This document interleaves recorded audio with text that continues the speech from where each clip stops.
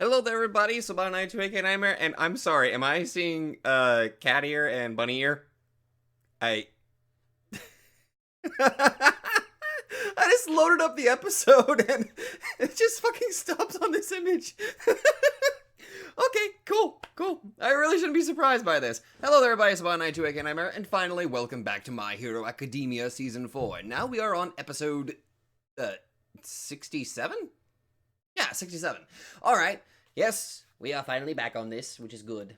So last week we got started on season 4, and a couple of things. One, we got to meet one of All Might's initial partners, aka Night Eye, who has a very interesting kind of quirk.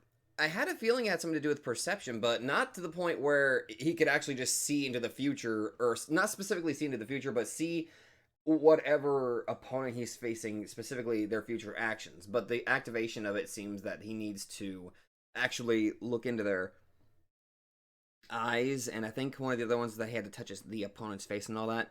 So seeing the I wouldn't really necessarily call it a battle, but the test of Izuku versus Night Eye, that was actually very interesting, and I like this sort of dynamic. He's not necessarily, Izuku hasn't been necessarily accepted as part of the internship. It's more or less Night Eye like, oh, I know how that quirk works. I don't think I do not personally think that you're worthy. So you're going to join me, and I'm going to do whatever I can, or just make you seem to understand that you're going to give it up voluntarily.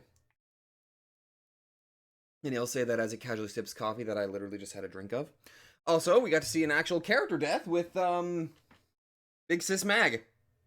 That was significantly darker than I was expecting.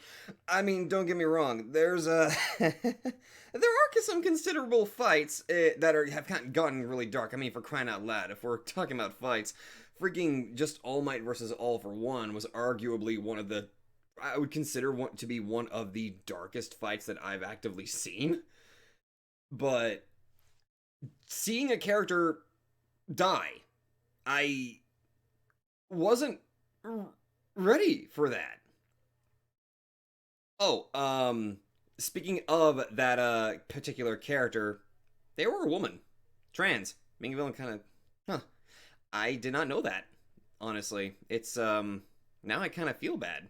That explains why. Oh, that does explain why Toga was referring to her as Big Sis. Oh, now I feel infinitely worse. Now I feel really fucking bad. Damn it.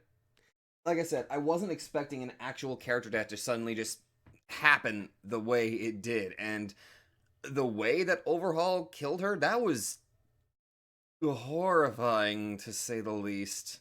Very, very horrifying. Just seeing the upper half of the body explode like that, that was twisted. But it does get me interested in what the hell this guy's oh god, I already Overhaul's quirk is. Now, we did leave off on a bit of a cliffhanger, sort of, with some little girl with a horn being apparently chased by this Overhaul guy, and who just so happens who this little girl just happened to run into. Oh, by the way, I think it was pronounced and it's not Erie, it's pronounced Airy. Okay, I will try to keep that in mind. But yeah, just runs right into Izuku. Hey, Izuku, you're looking for Overhaul? There he is. Okay, so I am definitely looking forward to seeing how this internship sort of thing goes on, but I really want to know the significance of this tiny little character, or what her relationship is with this Overhaul guy. I mean, we know that Overhaul is part of the Yakuza, which it's interesting. I wasn't expecting this show to kind of delve into the idea of the Yakuza. I just thought that all organized crime was the same, but it seems that there are significant differences, which that's actually pretty interesting. Anyway, let's just figure this out real quick. Let's just throw ourselves in and, well, enjoy ourselves, shall we? God damn it. Of course I should have seen that coming. Alright, well, how do I summarize today's episode? Abuse! Oh, god damn it. Just the signs of clear abuse and how it's portrayed here with Eri really worries me. part of me doesn't want to believe that Overhaul is actually her father. I'm assuming it's daughter in a very loose sense, like he uh you know what? I'm just gonna make this assumption. He probably killed her parents, kidnapped her, and he mentioned something about some sort of plan that he's got going on, but she's constantly wearing bandages, so there's clear-cut signs of abuse, as well as her actions. She recognizes his killing intent as soon as she starts taking out the gloves. Oh, she's like, oh shit, he's gonna kill the people that are trying to save me. Ugh. And that chair, like, ugh, I didn't like seeing that it had like some sort of like, they kind of look like they had some sort of restraints on them. That just doesn't sound all that good at all. And on top of that, we got, well, All Might revealing that Night Eye actually saw 6 to 7 years in the future, which is ironically this or next year in this anime's timeline, which is arguably very concerning about how he might be killed by a gruesome villain, or he might die a gruesome death against a villain. I would be very upset if All Might died, because honestly I love the bastard. I love the guy too much. But it was a very interesting, it was a very emotional moment between All Might and Izuku, saying that they were going to fight against fate, which I like that. I like that a lot. My god, I hope they do, though. And we also actually got to see All Might. It was probably, I want to say, not that long after his initial final, quote-unquote, final battle with All For One in the first place. With him kind of, well, really showing how serious he was about being the #1 hero. And I will say, I understand Night Eye's perspective. I understand, like, he saw the future. He saw some of the shit that All Might was going to go through, and he just was trying in some way to protect somebody he actually really cared about. So it's honestly, in my mind, it's like none of them were in the wrong with how they wanted to proceed with things. Sort of, but I'm still admittedly leaning a little bit toward All Might, just because of how dedicated he is to being a hero, no matter how much pain, obviously, that he is in. The dude, you can't freaking keep All Might down no matter how hard you try. He's a durable dude. Now, we did get a little bit, I haven't learned too much about Eri, but I'm hoping that I can learn a little bit more in the next coming episodes. And it looks like Shigaraki is possibly going to agree to join. I'm just going to refer to them as, I know they're called the Hasaikai. I'm just going to refer to them as the Yakuza because it's a little bit easier. Seems like he might actually join up with them. But I'm wondering under what conditions.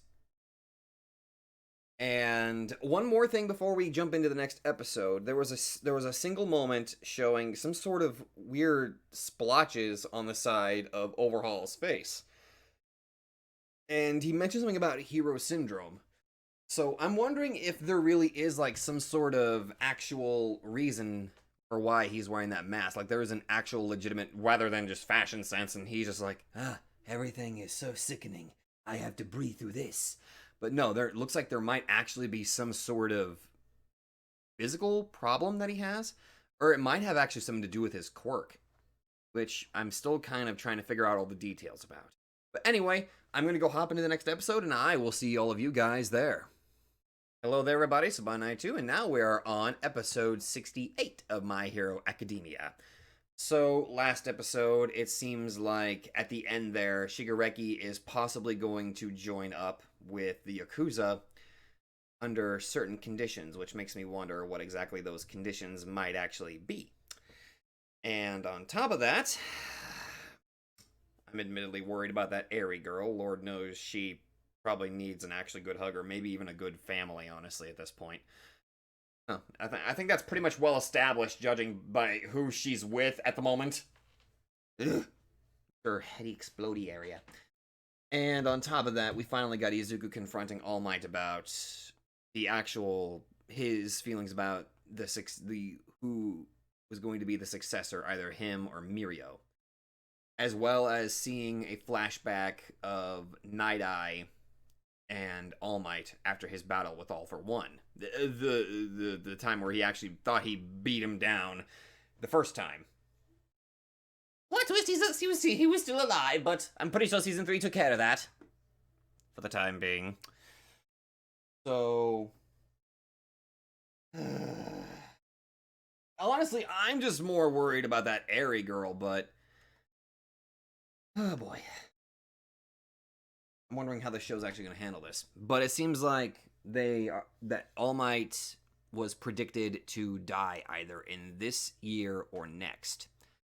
And it looks like Izuku and All Might, aka Toshinori, have made their decisions to try to fight against fate.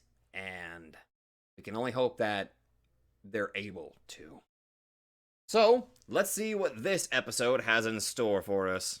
Don't even get started on the preview. Alright, today it was a Kirishima episode. Thank God. God, this show just delivers on a lot of the stuff that I would love to see. I was like, okay, I want to see this. Show's like, yeah, I got you covered, fam. And then it does it! Oh, God. Red Riot Unbreakable. That was so fucking cool. He looked like a literal demon. Ugh. But this episode also came with some new information. Aside from the bullets they're apparently making circulation to cause, like, people to lose or to disable their quirks temporarily. On top of that, there's a drug that has been established that apparently people have attempted to use this to help people with weak quirks, but it seems like it's gotten into the hands of, well, criminals. A drug that just enhances the power of quirks. It's extremely dangerous considering how much it drastically improved that dude's quirk where he's just able to shoot stuff out or like summon like blades out of his arm. But interestingly enough, with his quirk magnified, it just gave me like flashbacks to that dude who was able to shoot blades out of his teeth, which still, just thinking about that just freaks me the fuck out.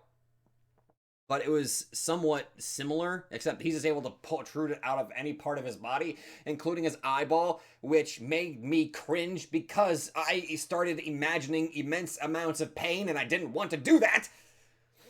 But the fact that it was able to initially break through Kirishima's hardened skin at first had me worried. But this was a very good episode, trying to boost Kirishima's, confidence. On top of that, we finally got to see what Sun Eater's quirk is, which allows him to change parts of his body depending on what he ate. I was hoping it was an actual Cthulhu-esque quirk, but this is still equally cool. Wait.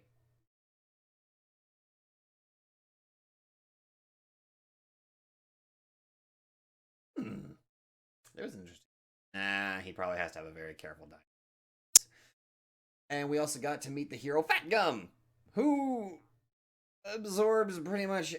he's like a weird combination of Majin Buu or Batamo. Actually, I feel like Batamo was probably a very good comparison for that one. I don't know. I still need to learn a little bit more about what his quirk, entails.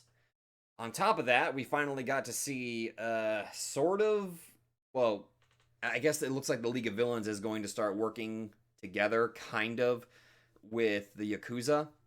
And on top of that, we got to see that little, tiny little plague doctor, gremlin thing is a mimic. Or he was given the name Mimic, which makes me think that he doesn't technically have an actual form, judging by the fact that an arm like 3 times his size sprouted out from his neck hole. Ugh. I'm just imagining a horrifying image of an arm just sprouting out of my neck. Ugh. Specifically at the Adam's apple, that's even creepier. Okay, I'm just... Ugh. This was a very good Kirishima episode. Seeing him just become a literal badass and save a bunch of people... fantastic. And again, looking like a total fucking badass. God, that was so fucking cool. Seriously, this show does a good job actually making you root for so many side characters and giving them the spotlight that they honestly deserve. Oh, God. All right, I'm going to go jump into the next episode, and I will see all of you guys there. Hello there, everybody, and now we are on episode 69 of My Hero Academia. Nice. So, last episode was definitely a Kirishima episode, because we got to see him go full throttle Red Riot Unbreakable.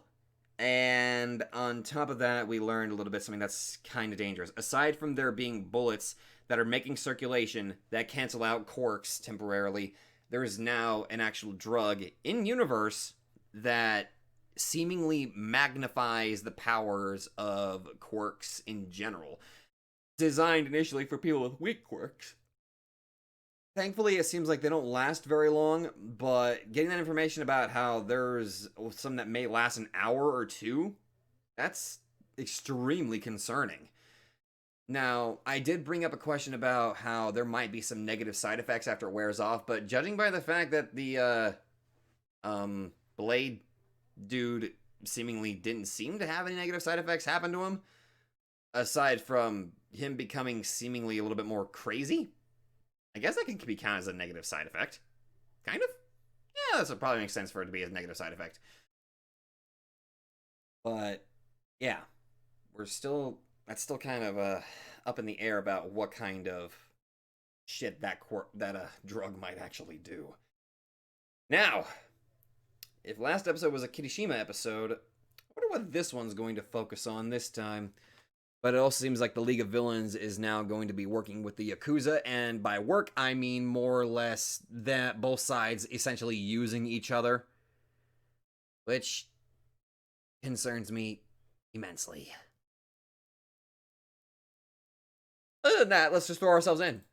Somebody give that poor girl a hug. Good God, man. Preferably none of the freaking bastards that are...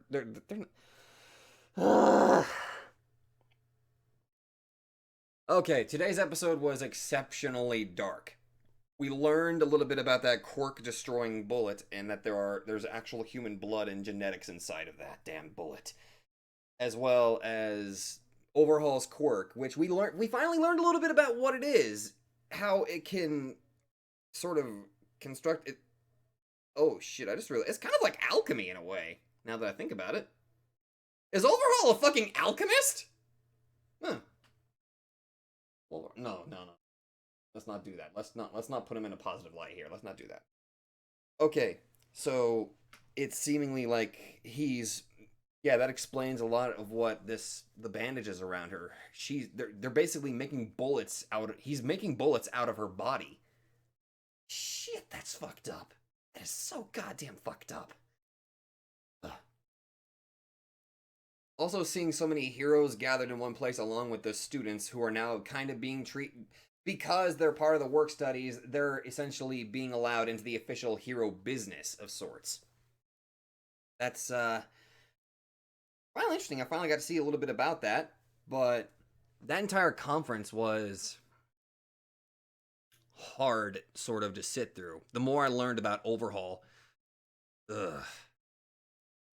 God, it's really making me hate the guy. Like, hardcore. I like Shigareki more than I like freaking Overhaul at this point. Good God. Ugh. At least Shigareki treats his people with some monicum of respect. Sort of. I realize, technically, you'd be a lot safer if you worked with Shigareki than you would with Overhaul, who could just kill you like that. Ugh. I don't know. But seeing Midoriya and Mirio both, like, not only being regretful, but now that they know the severity of what's going on, that they definitely need to save Eri. And now that there are so many, like, heroes actively that are going to try and help save her, that's uplifting. Very uplifting. Doesn't change the fact that I am very worried about possible casualties. Ugh. I don't know. This season feels a little bit darker than some of the others. I will admit, season 3 was arguably one of the darkest that I've seen so far. But with the fact that this overhaul guy can kill people so effectively and so quickly, it adds a little bit more tension to that. I mean, not saying that the villains in season 3 were not like, no, they were goddamn like intimidating. I mean, but they were just kind of stopped in the end. But this time, this guy is just extremely dangerous. That he does not I mean, I'm not saying the Shigaraki won't hesitate, but this guy just fucking does it so effectively, so easily. This week was a good-esque week. It doesn't change the fact that I still feel terrible. I feel bad for that poor girl. She. Oh God, I really don't. Okay, I'm just kind of stuck in this moment. I'm just stuck in this state where I am just feeling utterly sick to my stomach and feeling legitimately terrible for this poor girl. Like, good God, she does. I'm hoping that we can learn a little bit more in the coming weeks whenever I watch more of this. Which, My Hero Academia, it does a very good job with its characters, so I'm pretty sure I'm going to learn a little bit more about it. But I finally learned the details somewhat of what Overhaul's quirk is, which it's basically alchemy. It's Full Metal Alchemist, basically, only more fucked up. Granted, Full Metal Alchemist is still fucked. I'm going to go on a goddamn tangent at this point. Thank you all so much for watching. I'm going to end it there because I'm pretty sure I'm boring people whenever I do that. Thank you all so much for watching, and I will see all of you guys in the next video or next week if this is all you're watching. In which case, that's okay. Bye, guys.